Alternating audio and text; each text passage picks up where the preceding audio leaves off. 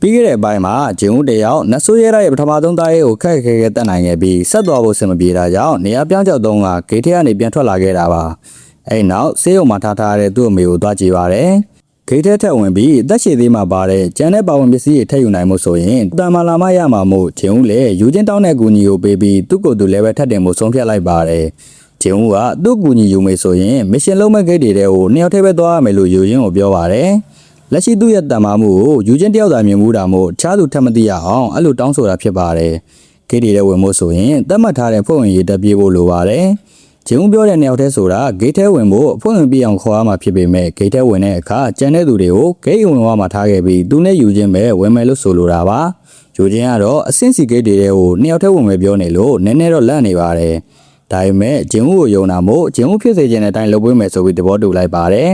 သူကတော့ချိုင်းလို့ခေါ်ပြီးကိုရီးယားနိုင်ငံရဲ့ရှားပါအဆင့်မျိုးသမီးဟန်တာဖြစ်ပါတယ်လက်ရှိမှာတော့ကိုရီးယားရဲ့နာမည်ကျော်မုတ်ဆိုးကိုင်းအတွက်အလုပ်လုပ်ပေးနေတဲ့သူကခုကတော့ယူချင်းဖေရဲ့ဆက်လို့ရေးကုမ္ပဏီကခိုင်းထောင်မှုအတွက်လာကမ်းလှမ်းနေတာဖြစ်ပါတယ်ဟန်တာကိုင်းတစ်ခုဖွဲ့ဖို့ဆိုရင်အဆင့်ဟန်တာတယောက်မဖြစ်မနေလိုအပ်ပါတယ်လက်ရှိကိုရီးယားနိုင်ငံမှာအဆင့်တွေပါတယ်နာမည်ကျော်ကိုင်းကိုင်းရှိပြီးဂိတ်တွေကိုအဲ့ကိုင်းတွေဟန်တာတွေကဝင်နေကြတာများပါတယ်ဂိတ်တွေကနေမုံဝင်ကြောက်လိုမျိုးလက်တွေ့ကဘာမှာသုံးဝင်တဲ့အရင်းမြစ်များစွာရှိကြပြီးအပြင်လုပ်ငန်းရှင်တွေကအရင်းမြစ်တွေကိုဂိုင်းနေစီကဈေးကြီးပေးပြီးပြန်လည်ဝယ်ယူနေရတာပါ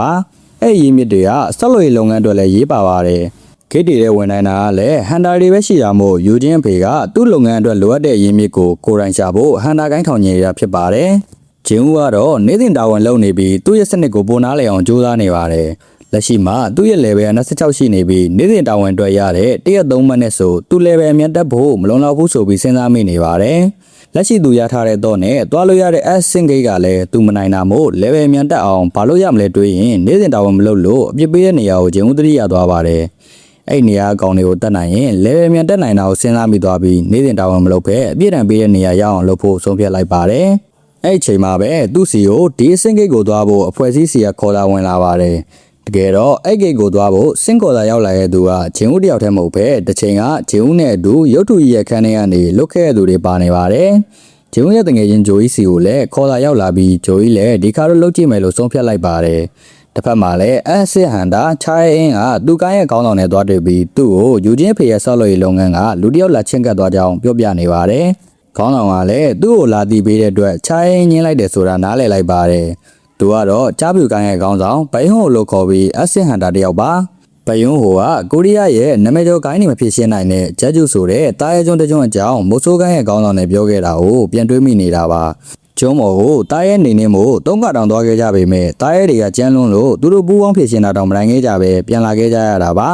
ါလက်ရှိမှာအဲ့ကျွန်းကငြိမ်နေပေမဲ့ဘယ်ချိန်ထပြီးပြဿနာဖြစ်မလဲဆိုတာသူတို့အားလုံးစိတ်ပူနေကြတာဖြစ်ပါတယ်ဒါကိုရီးယားတနိုင်ငံလုံးအတွက်ပြဿနာကြီးမို့အလားလာရှိတဲ့ဟန်တာတွေကိုလေ့ကျင့်ပေးတာပြုစုပြောင်းတောင်းပေးတာတွေများများလုပ်ကြဖို့သူတို့ဆွေးနွေးခဲ့ရတာဖြစ်ပါတယ်။ဘယုံဟိုကိုယ်တိုင်လည်းသူနဲ့ရင်းနှီးသုံးသူတွေကျုံးပေါ်မှာတည်ခဲ့ကြတာကိုခုထိမမေ့နိုင်ဖြစ်နေပါတယ်။ချင်းဦးကတော့ဒီအစင်ဂိတ်ကိုသွားဖို့ပြင်နေပြီးဂျင်းနာကပိတ်ရကြီးသူ့ကိုလှုပ်သွားမယ်ဆိုလို့အံ့ဩနေပါတယ်။ခုနောက်ပိုင်းသူ့ကိုကဂိတ်တွေဝင်တာတောင်းတန်ရတာမတွေ့ရတော့လို့လေ့ကျင့်ခန်းလုပ်လို့လားဆိုပြီးသူ့ကိုမေးပါတယ်။ချင်းဦးလည်းဟုတ်မှာပါလို့ပြန်ဖြေပြီးအလုပ်စီထွက်လာခဲ့လိုက်ပါတယ်။အလုပ်ရောက်တဲ့အခါရုပ်ထုတွေရှိတဲ့အခန်းကိုဝင်တော့သူ့ရဲ့ခေါင်းဆောင်ဖြစ်ဖို့တဲ့မစ္စတာဆောင်းကိုတွေ့လိုက်ရလို့ဂျင်းဦးအံ့ဩသွားပါတယ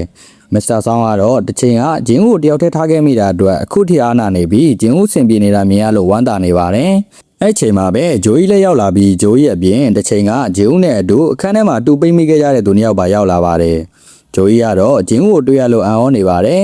အဲ့နောက်ဂျင်းဦးကိုအရက်တည်ရှည်လာတဲ့အပြင်တန်မာတဲ့ပုံနဲ့ပေါက်လာရဲဆိုပြီးဂျိုကြီးကပြောပါတယ်သူတို့စကားပြောနေတော့သူတို့နားကိုကားစီးထိုးရက်လာပြီးကားပေါ်ကနေရာဇဝတ်သားဝက်စားနဲ့လူ၃ယောက်ဆင်းလာပါတယ်။အဲ့၃ယောက်ကဂျိုကြီးကိုရည်သက်သက်ပြောနေချိန်ကားပေါ်ကနေလူတစ်ယောက်ထပ်ဆင်းလာပါတယ်။အဲ့လူကတော့တစ်ချိန်ကယူချင်းချောနဲ့အတူဂျင်းဦးစီလာဖို့တဲ့ကန်တဲရှစ်ဆိုတဲ့လူဖြစ်ပါတယ်။ရာဇဝတ်သား၃ယောက်ကဒီနေ့မရှင်ကိုလိုက်ဖို့အဖွဲ့အစည်းကစားထိုးထားတဲ့သူတွေဖြစ်ပြီးကန်တဲရှစ်ကအဲ့လူ၃ယောက်ကိုထိန်းသိမ်းပေးမဲ့သူဖြစ်ပါတယ်။ရာဇဝတ်သားတွေကသူတို့ရဲ့ပြည်တံကိုမရှင်လုပ်ပြီးရှော့ချခြင်းလို့လိုက်လာကြသူတွေပါ။မစ္စတာဆောင်းကတော့မရှင်တဲ့ကိုရာဇဝတ်သားတွေထက်ပြီးလို့ဆိုပြီးမကြေမနက်ဖြစ်နေပါတယ်။ပါလာတဲ့ရာဇဝတ်သား၃ယောက်ကစီအဆင့်တွေဖြစ်ပြီးကန်တဲ့ရှက်ကအဆင့်ဘီဟန်တာမို့အဖွဲ့အစည်းရမိန်ကလေးကအဆင့်ဘူဖို့ပြန်ပြောပါတယ်။ဂျိုကြီးကရာဇဝတ်သားတွေနဲ့တူသွားရမှာမို့ဂိတ်ထဲကိုလိုက်မလိုက်ဂျင်းဦးကိုမေးပါတယ်။ဂျင်းဦးကလိုက်မှလို့ဖြေတဲ့အတွက်ဂျိုကြီးလည်းဂျင်းဦးလိုက်ရင်သူလည်းလိုက်မယ်လို့ဆုံးဖြတ်လိုက်ပါတယ်။ ကန်တဲရှစ်ကလည်းသူပါတဲ့အတွက်ရာဇသားဟန်တာတွေကိုစိတ်ချဖို့ဂျင်းဦးနဲ့မစ္စတာဆောင်းကိုလာပြောပါတယ်